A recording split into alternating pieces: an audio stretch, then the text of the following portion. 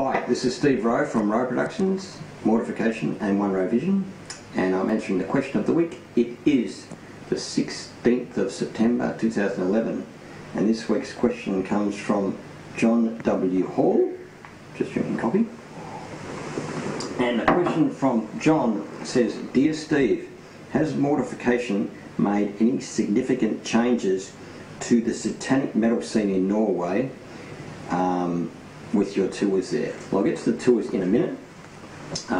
First thing I want to say, in 1994, the whole scene changed across the world, which started in Norway.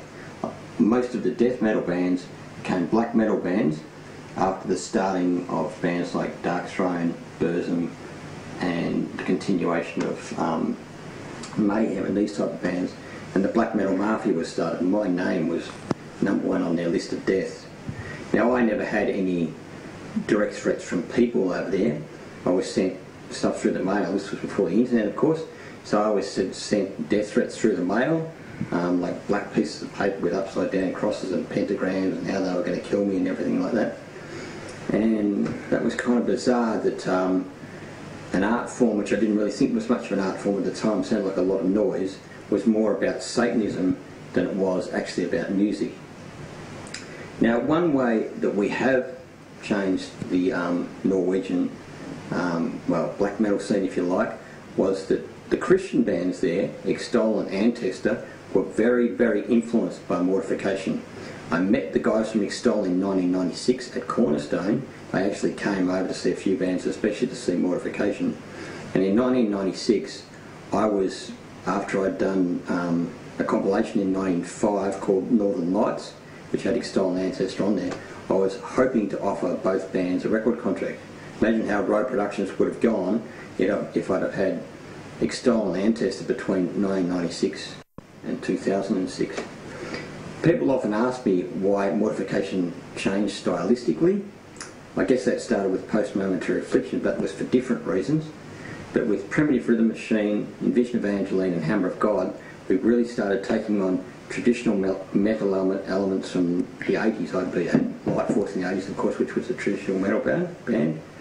And the reason being was we were kicked out of the extreme music scene here in 1994. We played a show here, and a bunch of black metal guys who used to be death metal guys and started a black metal band turned up with a bunch of Nazi skinheads. Of course, they make a mess of people if they want to. Seen that happen before, and they said, get out of our scene, we don't want you in our scene.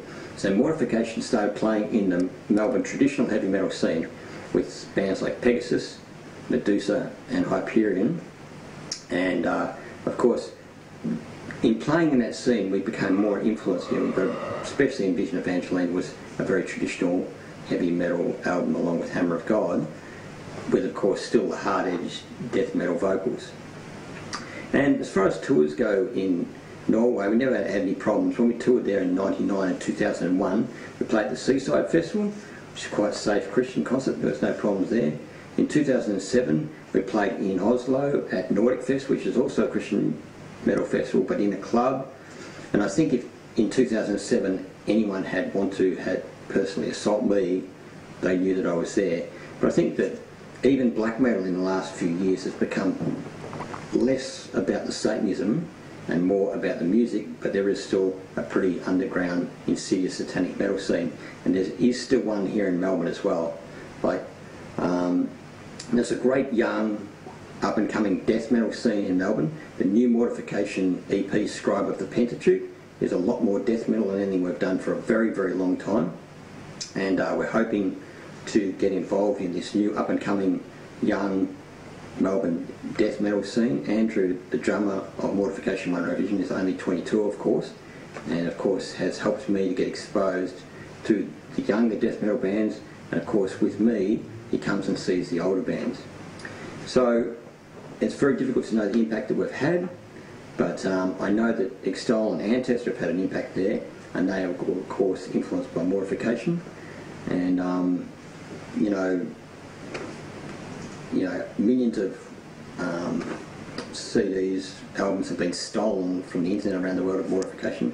So sometimes I don't know exactly how and where the effect has been. I just know that the word of God has got out there. And I'm just going to finish off with a bit of a plug. Come and see us at roweproductions.com and buy a CD of Mortification or One Row Vision from the store, or come and join the Infiltration Squad. We have 65 members in the Infiltration Squad. I'd like to move towards 200 members before the middle of next year. One thing that where it looks like it's probably going to happen with the new Mortification album and even the first One Row Vision album, it's released on vinyl.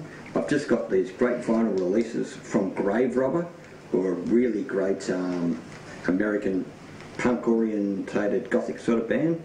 I get along really well with the members of the band, and they have a label called Rottweiler Records, and this is their 3 vinyl releases of Grave Robber that they've released. You can see Rottweiler Records right there. We're not sure at this stage who will be releasing the Mortification EP and the One Row Vision album, if One Row Vision happens as well, the first one.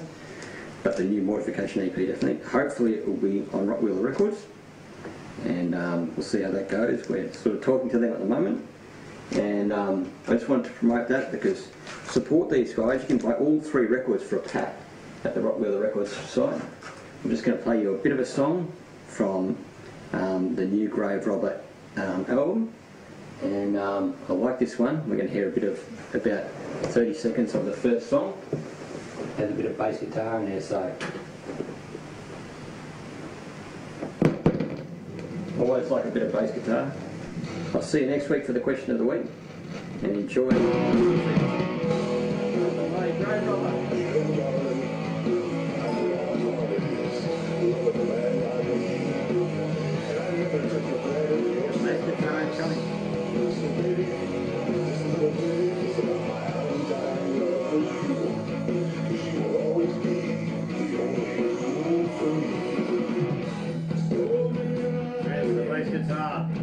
Thank you very much. See you all next week.